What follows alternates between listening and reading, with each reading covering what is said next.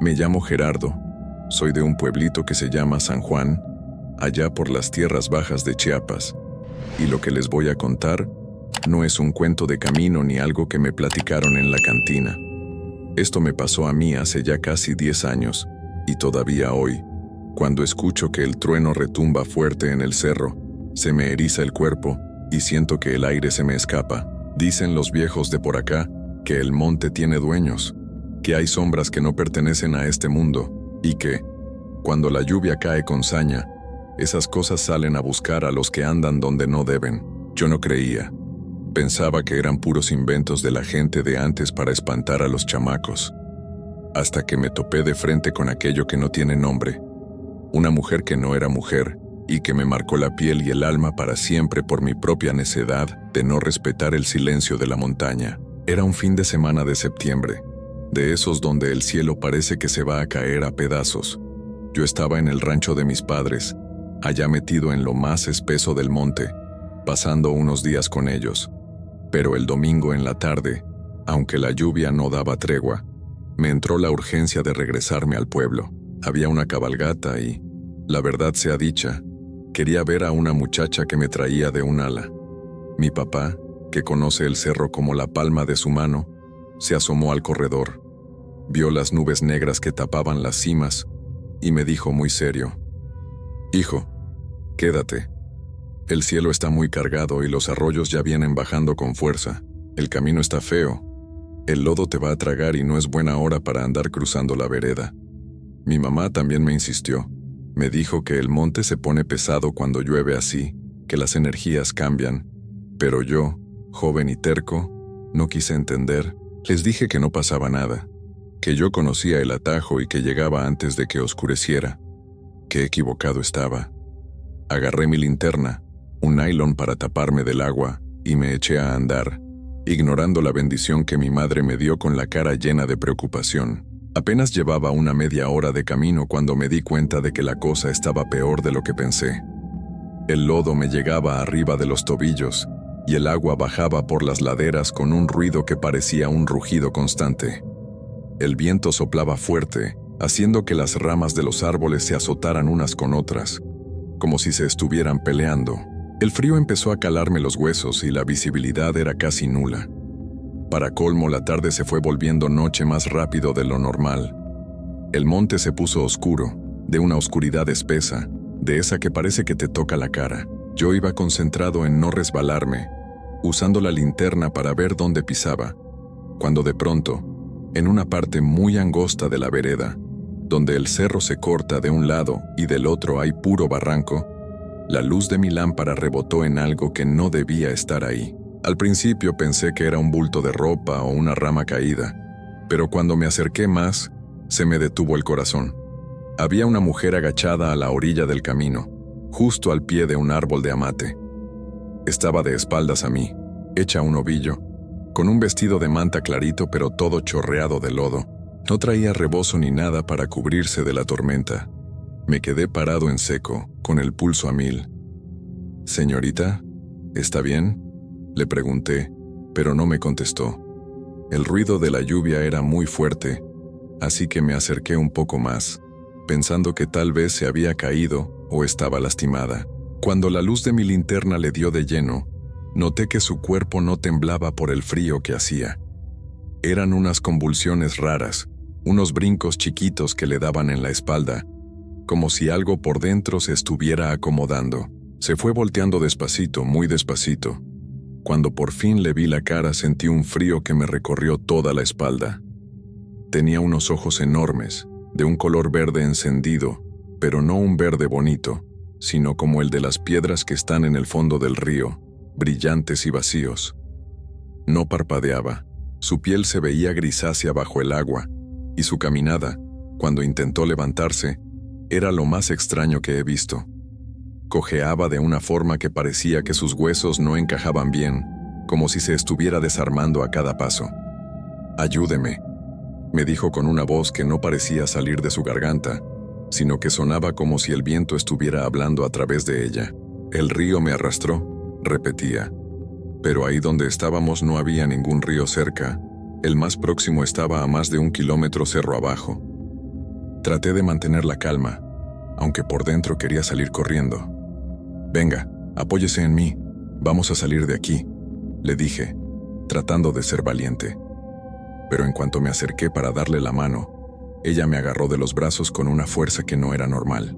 Sus manos estaban heladas como si acabaran de salir de un congelador, y sentí que sus uñas, que eran largas y negras, se me enterraban en la piel a través de la chamarra. No me soltaba. Empezó a hacer unos ruidos horribles, sonidos que no eran palabras, como si tuviera la lengua trabada o pegada al paladar. Y de repente, un olor me pegó de golpe, un olor penetrante, amargo, como a carne que se está quemando en un fogón. No era el olor del monte mojado, era el olor de algo que ya no pertenece a los vivos. En ese momento, la luz de mi linterna empezó a parpadear. Ella se me acercó a la cara y vi que su piel tenía marcas extrañas, como quemaduras viejas. Me apretaba con una hazaña que me hizo soltar un grito de dolor.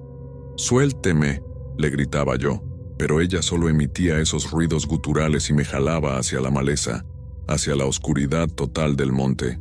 Sentí que me faltaba el aire, que mis fuerzas no eran nada contra las de ella. Parecía que sus brazos eran de fierro. Forcejeamos en medio del lodo. Me tiró al suelo y sentí cómo mis costillas tronaron contra una piedra. Ella no decía nada, solo me miraba con esos ojos verdes que parecían absorber la poquita luz que quedaba. Estaba desesperado, sentía que si no me soltaba ahí me iba a quedar, que el monte me iba a tragar junto con ella. No sé de dónde saqué fuerzas, pero logré darle un empujón con todas mis energías y, al mismo tiempo, logré zafar mi mano derecha, aunque sentí cómo sus uñas me desgarraban la piel. Me levanté como pude, con el tobillo doliéndome horrores, y empecé a correr por la vereda. No miré atrás, solo escuchaba sus pasos, un chapoteo rítmico y pesado que me seguía de cerca. Sentía que la tenía en la nuca.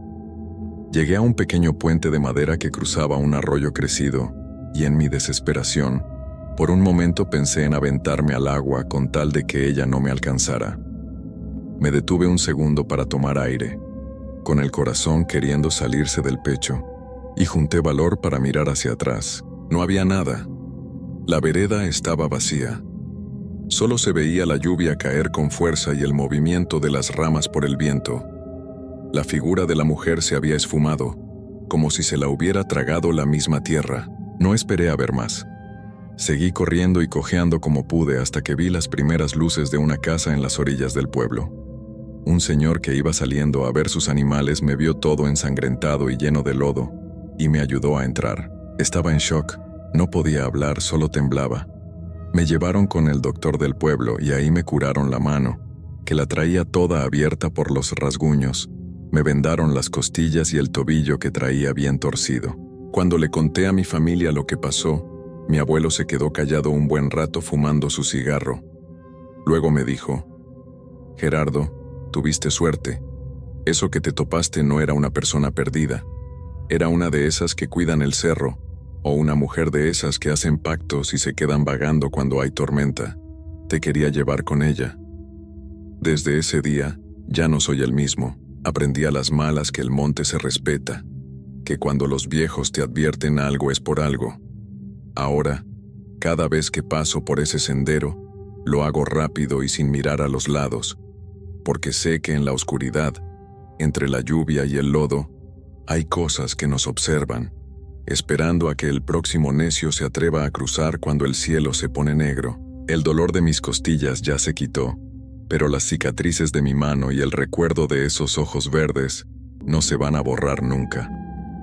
Aquella noche, el cerro me dejó ir, pero se quedó con una parte de mi paz para siempre. Me llamo Gloria y soy maestra de primaria. Lo que les voy a contar me sucedió hace ya unos 12 años, cuando me mandaron a trabajar a una escuela rural bien metida en la zona de los cerros, acá por el sur. Uno llega joven, con la ilusión de enseñar, creyendo que el mundo es tal cual lo vemos, pero ese lugar me quitó la venda de los ojos de la manera más gacha. La escuela era chiquita, de esas que tienen los salones alineados frente a un patio de tierra, rodeada de pura vegetación espesa que parece que en cualquier momento se va a tragar las paredes. Desde que llegué, el ambiente se sentía pesado, como si el aire estuviera cargado de algo que no te deja respirar tranquilo. Pero yo me decía que eran ideas mías por estar lejos de mi casa. Mis compañeras ya estaban curtidas. Me acuerdo mucho de la maestra Celia, la de 5º grado, que una tarde, mientras tomábamos café después de que se fueron los chamacos, me soltó la sopa. «Ten cuidado, Gloria», me dijo bajito. «Aquí en las tardes la escuela no se queda sola». Yo me reí pensando que me quería asustar por ser la nueva, pero ella me contó que ya eran varias las que escuchaban risas de niños cuando ya no quedaba nadie, o pasos que corrían por los pasillos de cemento haciendo un eco seco. Hasta la señora de la limpieza, una mujer muy seria, juraba por la Virgencita que había visto una sombra bajita meterse a los salones cerrados, moviéndose con una rapidez que no era humana, saltando entre los pupitres sin hacer ruido. Yo la escuchaba con respeto, pero por dentro pensaba que era el cansancio o la sugestión de vivir en un lugar tan solitario. Llegó finales de marzo, de esos días donde el calor ya empieza a calar fuerte, pero las tardes se vuelven amarillentas y tristes. Me quedé hasta tarde en mi aula porque quería dejar todo decorado para la primavera. Estaba yo sola, recortando flores de papel y pegándolas en las ventanas, concentrada en mi trabajo. El silencio era absoluto. Solo se oía el canto de las chicharras a lo lejos. De pronto, un ruido en el pasillo me hizo saltar.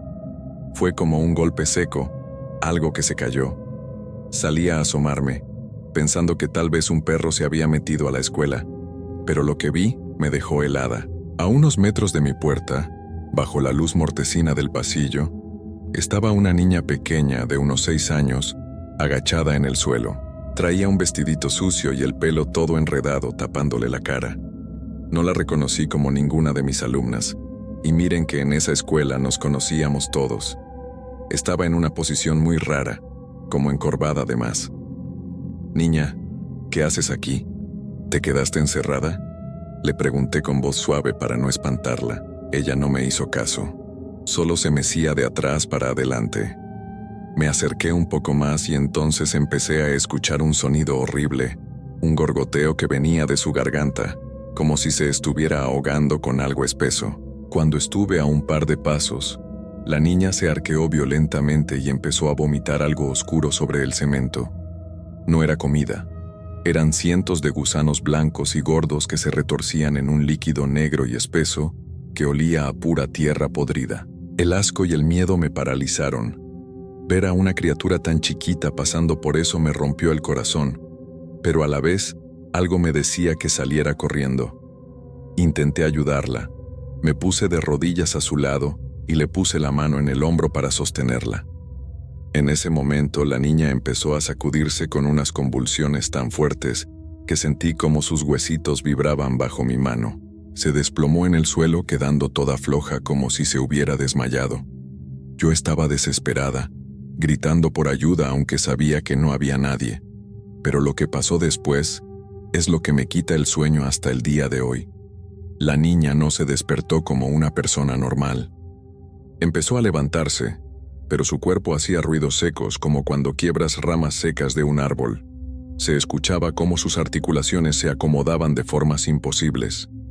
Su espalda se dobló hacia atrás y luego se enderezó de un golpe. Cuando por fin me dio la cara, pegué un grito que me desgarró la garganta. Tenía los ojos completamente en blanco, no se le veía a la niña del ojo, solo una masa blanca y lechosa. Su expresión no era de dolor, era una mezcla de llanto profundo con una rabia que me hizo sentir que mi vida corría peligro. No era una niña, era algo que usaba el cuerpo de una niña para manifestarse. El terror me nubló la vista. No supe cómo, pero me puse de pie y salí disparada hacia la entrada principal. Mis piernas me pesaban, sentía que el pasillo se hacía eterno y que esos pasos rápidos que Celia mencionaba venían detrás de mí. No miré atrás. Salí de la escuela y corrí hasta la casa de la vecina más cercana, una señora que vendía pan. Llegué bañada en sudor, pálida, casi sin poder articular palabra. «Doña Chonita, hay una niña. En la escuela está mal». alcancé a decir. La señora, viendo mi cara de espanto, agarró un candil y me acompañó de regreso para cerrar bien la escuela y ver qué pasaba. Entramos con el corazón en la mano. Yo le iba señalando el lugar exacto donde había pasado todo. Ahí, doña Chonita, ahí estaba, le dije apuntando al pasillo frente a mi salón. Pero cuando llegamos, no había nada. El cemento estaba seco, no había rastro del líquido negro, ni un solo gusano, ni rastro de la niña. El silencio era tan pesado que hasta nos zumbaban los oídos. Revisamos los salones, el baño, abajo de las mesas. Nada.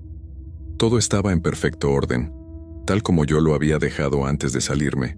La señora me miró con lástima, pensando que tal vez el calor me había hecho daño, pero yo sabía lo que había sentido bajo mis manos. Esa noche no pude cerrar el ojo.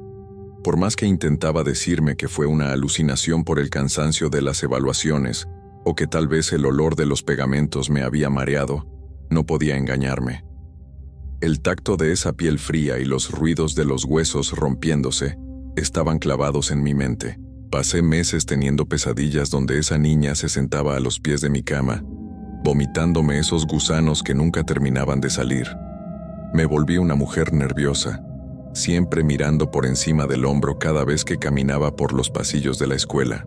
Nunca supe quién era esa niña ni qué quería. Pregunté en el pueblo discretamente si alguna vez se había perdido alguna criatura por ahí, pero nadie me dio razón de nada. Lo que sí sé es que esa cosa apareció solo para mí, para recordarme que hay lugares que guardan dolores muy viejos, y que la lógica de los libros no sirve de nada cuando te enfrentas a lo sobrenatural. Al final del ciclo escolar pedí mi cambio. No pude más. Hoy trabajo en una escuela más grande en la ciudad, pero cada vez que veo a una niña pequeña agachada jugando en el patio, el corazón me da un vuelco y el olor a tierra podrida me regresa a la nariz, recordándome que allá en el cerro, algo sigue esperando en el silencio de las tardes. Hay una cosa que la gente de la ciudad no entiende, y es que en la sierra, de noche, el silencio no es silencio, es otra cosa, es algo que respira. Y hay noches en que ese silencio se rompe de una manera que te congela la sangre y te hace entender que no estás solo, que nunca has estado solo. Lo que vas a escuchar pasó hace ya 30 años, en las faldas de la Sierra del Sur de Oaxaca, en un rancho apartado donde un hombre llamado Jacobo vivía con su esposa Susana, que estaba esperando su primer hijo. Lo que Jacobo encontró en ese sendero una tarde de lluvia fina, y lo que llegó a tocar su puerta esa misma noche, es algo que él nunca pudo explicar del todo, pero sí pudo describirlo. Y basta con escucharlo para que se te erice la piel, porque había una mujer de manto azul verdoso que no hablaba, que no respondía, que solo miraba, y que volvió de noche. Jacobo nació en San Mateo del Río, un pueblo chico enclavado entre cerros donde la neblina baja temprano y la gente aprende desde niña a rezar antes de dormir. No porque les enseñen el miedo, sino porque saben, de alguna manera que no se explica con palabras, que hay cosas que andan en la oscuridad y que es mejor no provocarlas. Cuando Jacobo tenía 32 años, construyó con sus propias manos una casa en un terreno que le heredó su abuelo. Un terreno alejado del pueblo, subiendo por un sendero de tierra entre pinos y encinos, donde el único ruido que se escuchaba era el viento y el canto de los pájaros en la mañana. A él le gustaba ese silencio. Le daba paz. Susana, su esposa, también lo quería así. Era una mujer tranquila, de carácter suave y risa fácil, que se había acostumbrado a la vida del rancho sin quejarse nunca. Cuando supo que estaba esperando su primer hijo, el gusto que sintieron los dos fue de esos que no caben en el pecho. Jacobo salía temprano a trabajar y regresaba con ganas de poner la mano en la panza de Susana para sentir cualquier movimiento. Eso era su mundo. Eso era todo lo que necesitaba. Fue un martes de octubre cuando todo empezó. Susana le pidió conserva de durazno, que se le había antojado desde hacía días. En el rancho no había, así que Jacobo ensilló su caballo, un alazán llamado Canelo que ya tenía años cargando con él por esos caminos, y bajó al pueblo a conseguirla. La compró sin problema, la envolvió bien en su morral, y emprendió el regreso antes de que oscureciera porque las nubes venían cargadas y olía a lluvia. El sendero de vuelta era angosto, bordeado de árboles altos que a esa hora de la tarde ya empezaban a verse oscuros contra el cielo plomizo. Canelo caminaba despacio, como siempre, con ese paso tranquilo que Jacobo conocía bien. Por eso notó de inmediato cuando el animal se tensó. Fue una tensión que subió por las riendas directo a las manos de Jacobo. Canelo frenó solo, plantó las patas en la tierra y resopló de una manera que no era su resoplido de siempre. Era un sonido distinto, uno que Jacobo nunca le había escuchado. Levantó la vista hacia adelante y la vio. Estaba parada en medio del sendero, a unos 20 pasos. Una mujer, alta, quieta como si fuera parte del árbol que tenía detrás. Vestía un manto largo de un color que Jacobo describió siempre como azul verdoso, de ese tono raro que tienen las plumas de algunos pájaros cuando les pega la luz. Un color que no parece de tela sino de otra cosa. Sostenía en las manos un rosario que colgaba entre sus dedos. Un rosario oscuro, de cuentas gruesas, de esos que se usan desde antiguo. Y su cara, eso fue lo que más le quedó grabado a Jacobo. Su cara era serena, no asustada, no enojada, solo quieta, con una serenidad que en lugar de tranquilizarlo lo perturbó de una manera que no supo explicar.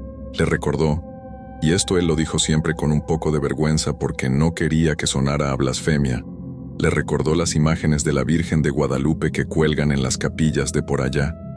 Esa misma postura, ese mismo gesto de paz en el rostro, pero sin la calidez que tienen esas imágenes, sin lo que hace que uno se sienta protegido al verlas. Esta mujer daba lo contrario.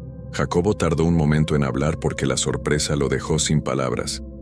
Luego carraspeó y le dijo buenas tardes, que si necesitaba algo, que si andaba perdida por allá. La mujer no respondió, no parpadeó, no se movió. Solo lo miraba con esa expresión que no era expresión, esos ojos que veían sin parecer que estaban viendo nada en particular. Canelo no dejaba de resoplar y movía la cabeza de un lado a otro como queriendo decirle a Jacobo que se fueran. Jacobo le habló de nuevo a la mujer. Le preguntó de dónde venía, si era de algún rancho cercano. Nada. Solo ese silencio y esa mirada y ese rosario que colgaba inmóvil entre sus dedos, aunque el viento movía las ramas de los árboles. Fue entonces cuando Jacobo sintió algo que describió como un frío, que no venía del aire sino de adentro, que le subía del estómago al pecho sin que él pudiera hacer nada para detenerlo. Rodeó a la mujer dándole un espacio amplio, metiéndose entre los matorrales del lado del sendero para no pasar cerca de ella, y cuando ya la había dejado atrás, volteó una vez. La mujer se había arrodillado frente a un árbol grande que estaba a un costado del camino. Rezaba en silencio, o al menos movía los labios, y no volteó a verlo. Jacobo apuró el paso de Canelo todo lo que pudo hasta llegar al rancho. Le contó a Susana lo que había visto mientras cenaban. Ella lo escuchó seria, con la cuchara detenida a la mitad del camino, y cuando él terminó de hablar, le dijo que probablemente era alguna señora del pueblo que iba a cumplir una manda, que a veces la gente hacía eso, que andaba por los cerros rezando. Jacobo asintió porque quería creerle.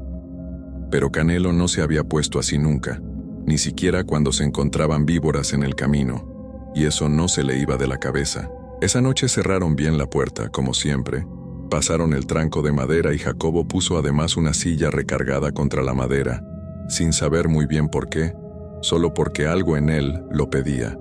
Rezaron antes de dormir, también como siempre, y se acostaron. Susana se quedó dormida pronto. Jacobo tardó más mirando el techo de lámina mientras afuera empezaba a llover. No supo a qué hora se quedó dormido. Sí supo a qué hora lo despertaron. Eran pasadas las 2 de la mañana cuando escuchó los golpes. No eran golpes fuertes. Eso fue lo primero que lo heló.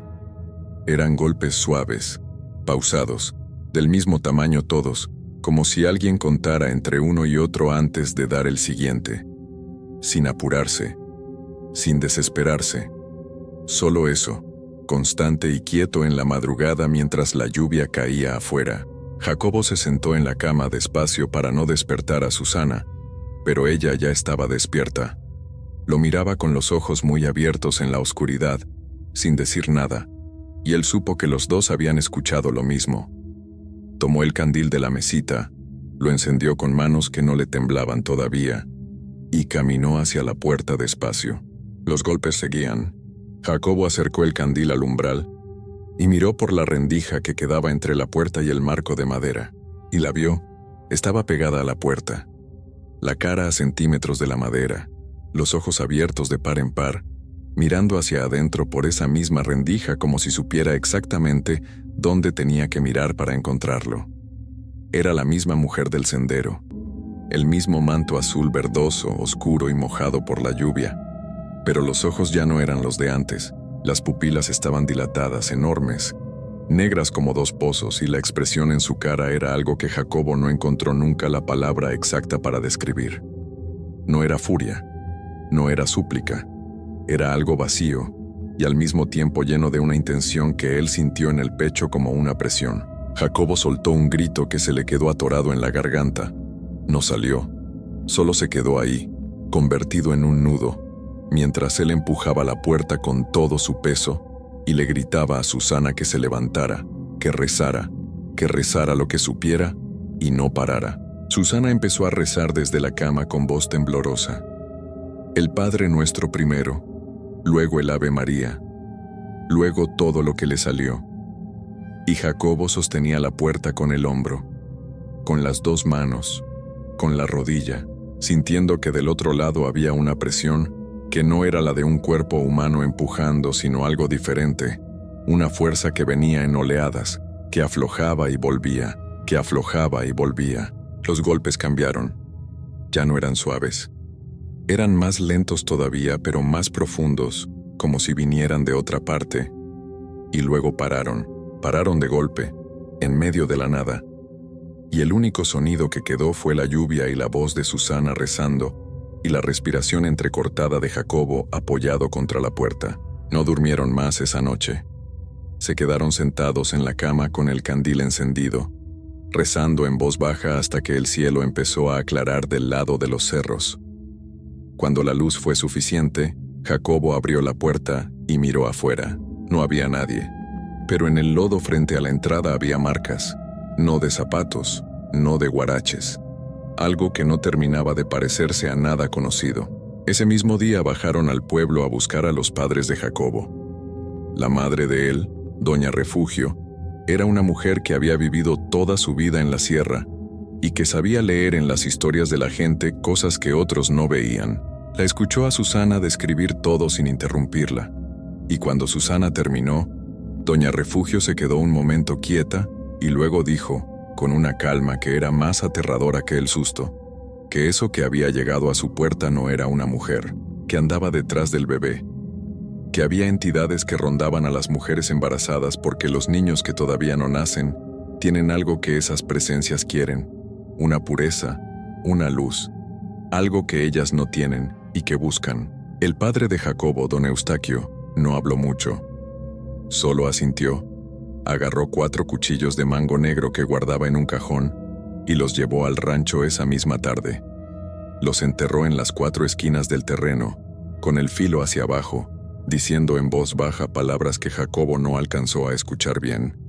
Doña Refugio recorrió toda la casa con un frasco de agua bendita, rociando los marcos de las puertas, los marcos de las ventanas, cada rincón, mientras rezaba sin parar. Esa noche durmieron en el rancho de los padres, y la noche siguiente también. Cuando volvieron a su casa 3 días después, algo había cambiado. No en la casa, que estaba igual, sino en el aire alrededor. Jacobo lo describía diciendo que antes de eso el silencio del rancho era un silencio vivo, y que después era un silencio distinto, más tranquilo, como si algo se hubiera ido y hubiera dejado el lugar en paz. No volvieron a escuchar golpes. No volvieron a ver a la mujer del manto azul verdoso. 4 meses después, Susana dio a luz a un niño al que llamaron Agustín. Nació sano, llorando fuerte desde el primer momento, con los puños apretados como si ya estuviera listo para pelear con lo que fuera.